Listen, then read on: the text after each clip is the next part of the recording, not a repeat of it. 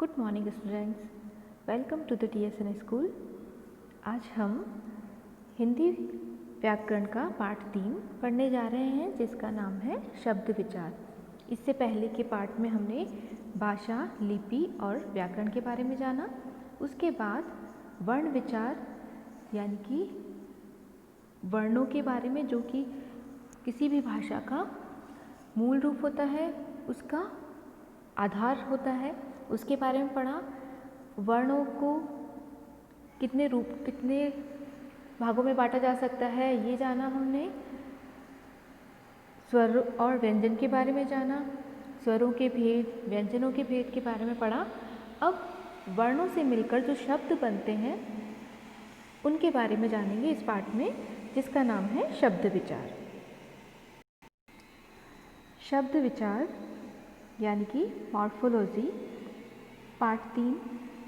हम अपने विचार प्रकट करने के लिए भाषा का प्रयोग करते हैं, ये आप सभी जानते हैं। भाषा वाक्य के मेल से बनती है और वाक्य शब्दों के मेल से बनते हैं। शब्द भाषा की आत्मा है। तो हमने ये जाना था कि जब हम बोलते हैं तो हम वाक्यों का प्रयोग करते हैं, और वाक्यों के लिए या वाक्य शब्दों से मिलकर बनते हैं और शब्द बनते हैं वर्णों से मिलकर।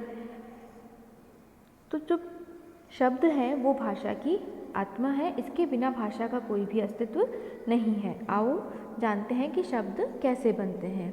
आपकी पाठ्य पुस्तक में ये 3 चित्र दे रखे हैं, जिन्हें हम किताब, लड़की और पाठशाला कहते हैं। इन शब्दों का निर्माण वर्णों से मिलकर होता है। वर्णों को हम 2 भागों में बांटते हैं, स्वर और व्यंजनों में। तो यहाँ पर केवल शब्द के टुकड़े वर्णों में किए हैं। वर्णों को अलग अलग भागों में नहीं बांटा है, स्वर या व्यंजनों में नहीं बांटा है। तो लड़की जो शब्द है वह मिलकर बना है ल, धन, ड, धन, की। और किताब तो की, धन, ता, धन, ब। और इसी तरह से पाठशाला, पाठ, धन, ठ, धन, शा, धन, ला। इस प्रकार से लड़की, किताब और पाठशाला शब्दों का निर्माण हुआ है। उपयुक्त लिखा प्रत्येक वर्ण समूह का एक निश्चित अर्थ है, अर्थात ये सभी शब्द हैं, मगर प्रत्येक वर्ण समूह शब्द नहीं कहलाता। शब्द कहलाने के लिए वर्ण समूह का अर्थवान होना आवश्यक है। मतलब जो भी हम बोलते हैं तो उन शब्दों का कोई अर्थ होना चाहिए, कोई मीनिंग होना चाहिए। ऐसे कई सारे शब्द होते हैं जिनका कोई अर्थ नहीं होता, उनके एक साथ मिलाकर लिखने से सार्थक शब्द नहीं बनता। जैसे क प्लस प प्लस न, कपन, इसका कोई भी मीनिंग नहीं निकलता, अर्थ नहीं निकलता। इसी तरह से स प्लस ब प्लस ध, यानी इनको जोड़ने से सबध लिखा गया है, लेकिन इसका कोई भी सार्थक अर्थ यानी कि कोई अर्थ, मीनिंगफुल अर्थ नहीं निकलता। ये केवल वर्ण समूह हैं, शब्द नहीं, क्योंकि ये अर्थवान नहीं है, इनसे कोई भी अर्थ नहीं निकलता है। तो शब्दों की परिभाषा हम इस प्रकार दे सकते हैं कि एक से अधिक वर्णों के सार्थक समूह को शब्द कहते हैं। यहाँ पर उसका अर्थ होना जरूरी है। शब्द का जो वर्णों का मेल है उससे कोई अर्थ निकलना चाहिए, वरना वह बेकार है। जो शब्द व्याकरण के नियमों में बंधकर वाक्य में प्रयुक्त होता है उसे पद कहते हैं। तो जो शब्द है इन्हीं को हम पद कहते हैं, जो कि व्याकरण के नियमों में बंधकर प्रयुक्त होते हैं, जिन पर व्याकरण के जो नियम है, शुद्ध रूप होना, क्रमबद्ध होना, इस तरह से जब व्याकरण के नियम में बंधकर प्रयुक्त होते हैं शब्द, उन्हें पद कहते हैं। अब जब शब्द विचार किया जाता है तो शब्दों का वर्गीकरण भी करना आवश्यक है कि शब्दों का निर्माण कैसे होता है।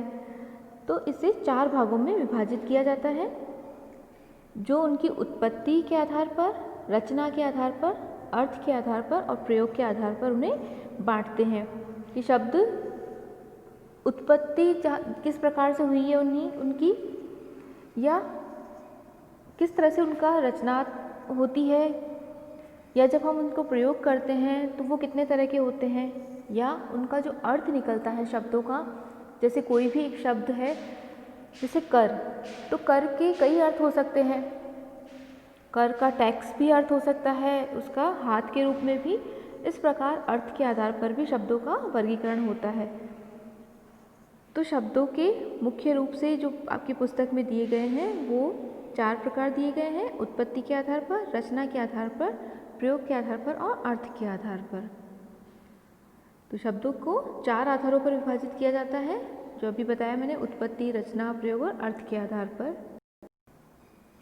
अब देखते हैं सबसे पहले उत्पत्ति के आधार पर शब्दों का वर्गीकरण। तो उत्पत्ति के आधार पर शब्द 4 प्रकार से बांटे गए हैं। इसमें तत्सम शब्द, तद्भव शब्द, देशज शब्द और विदेशी शब्द। अब इस तरह इनका वर्गीकरण कैसे होता है, इसका विस्तार से जानते हैं इसे। उत्पत्ति के आधार पर शब्द 4 प्रकार के होते हैं: तत्सम, तद्भव, देशज और विदेशी। तत्सम शब्द किसे कहते हैं? तो तत्सम शब्द वे शब्द हैं जो संस्कृत भाषा के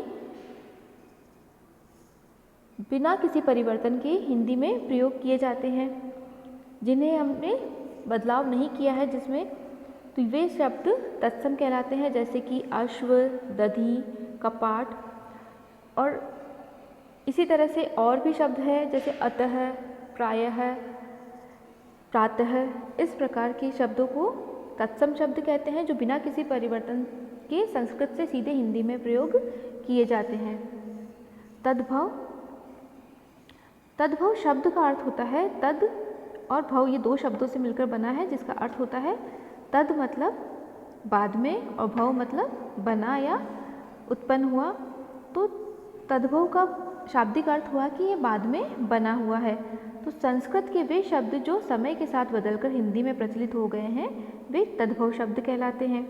जैसे अश्व संस्कृत शब्द है लेकिन हमने इसे बना दिया घोड़ा।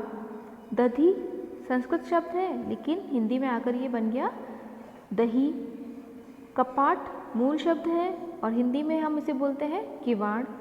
इसी प्रकार से बहुत से शब्द हैं जो संस्कृत से हिंदी में आने के बाद बिगड़कर उनका दूसरा रूप बन गया है, तो वे बाद में उत्पन्न हुए हैं संस्कृत से, इसीलिए उन्हें तद्भव शब्द कहते हैं। अगला देशज, तो वे शब्द जो किसी भाषा से नहीं आए अपितु हिंदी के ही अपने ही हैं और वे आवश्यकता अनुसार बना लिए गए हैं, देशज शब्द कहलाते हैं। जैसे थैला, पगड़ी, पेट, खिड़की, खटखटाना, खाट, कटोरा आदि। इन्हें हम अगर कहें तो ये देशज यानी कि जो हमारे ग्रामीण क्षेत्रों में या जो हमारे बोले जाते हैं स्थानीय स्तर पर, वही शब्द हिंदी में एज इट इज़ या जैसे कि वे हैं वैसे ही उनका प्रयोग किया गया है, उन्हें हम देशज शब्द कहते हैं। इसके बाद आता है विदेशी शब्द। तो वे शब्द जो अंग्रेजी, अरबी, फारसी, तुर्की आदि विदेशी भाषाओं से हिंदी में आए हैं उन्हें विदेशी शब्द कहते हैं। क्योंकि हमारे यहाँ पे अलग अलग शासकों का शासन रहा है भारतवर्ष में, तो वे लोग अलग अलग देशों से आए थे, तो उनकी जो बोलचाल के शब्द थे वो हमारी भाषा हिंदी में प्रयुक्त होने लगे। तो जैसे अंग्रेजी में station, desk, bulb, rail, school, tuition, button, class, pen, pencil, road आदि हैं। इसी तरह से अरबी भाषा के हमला, दौलत, दुनिया, तमाशा, गरीब, किला, औरत, आदमी आदि शब्द अरबी भाषा के हैं। जहर, आतिशबाजी, पलंग, आवारा, तीर, मुफ्त, तनख्वाह, मलाई, सौदागर आदि फारसी भाषा के शब्द हैं। तुर्की भाषा से बहादुर, कैंची, चमचा, बेगम, तोप, कालीन, कूली आदि शब्द आए हैं। इसी तरह से ग्रीक भाषा से सुरंग, दाम आदि शब्द, पुर्तगाली भाषा से आलू, गोभी, बाल्टी, अलमारी आदि शब्द इस तरह से प्रयुक्त होने लगे हैं हमारी भाषा में कि ये हमारी हिंदी के ही अंग बन गए हैं। तो विदेशी भाषाओं से जो शब्द हिंदी में प्रयुक्त होने लगे हैं वे विदेशी शब्द कहलाते हैं। अब देखते हैं कुछ तद्भव शब्दों के उदाहरण जो संस्कृत के मूल शब्दों से बने हैं। पाद यानी कि पाँव, जो बाद में बिगड़कर बना है। पंच से पाँच, दुग्ध से दूध, दुर्बल से दुबला, चैत्र से चैत, चंद्रिका से चांदनी, घोटक का घोड़ा, गर्दभ का गधा, कूप का कुआं, काक से कोआ, कुंभकार से कुम्हार, गणना से बना है गिनती, कार्य का काज, कपाट बना है किवाड़, काष्ठ काठ, कज्जल काजल, उल्लूक उल्लू, अज्ञान से अनजान बना, अर्ध का आधा, अंधकार से बना अंधेरा, निंद्रा से बना नींद, उष्ट्र से बना ऊंट, आम्र से आम, अस्थि से हड्डी, अग्र से आगे, नव से बना नया या नवीन, दधी से दही, ज्येष्ठ से बना जेठ, छिद्र से छेद, चर्म से चाम, घट से बना घड़ा, धूम्र से धुआं, दीपक से बना शब्द दिया, जिह्वा से जीभ, चंद्र से चांद, घृत से घी, गृह से घर, कोकिल से बना कोयल, कंटक से बना कांटा और कर्ण से बना कान। इस प्रकार संस्कृत शब्दों से हिंदी में प्रयुक्त होने वाले जो बिगड़कर जो नए रूप में बने हैं वो तद्भव कहलाए।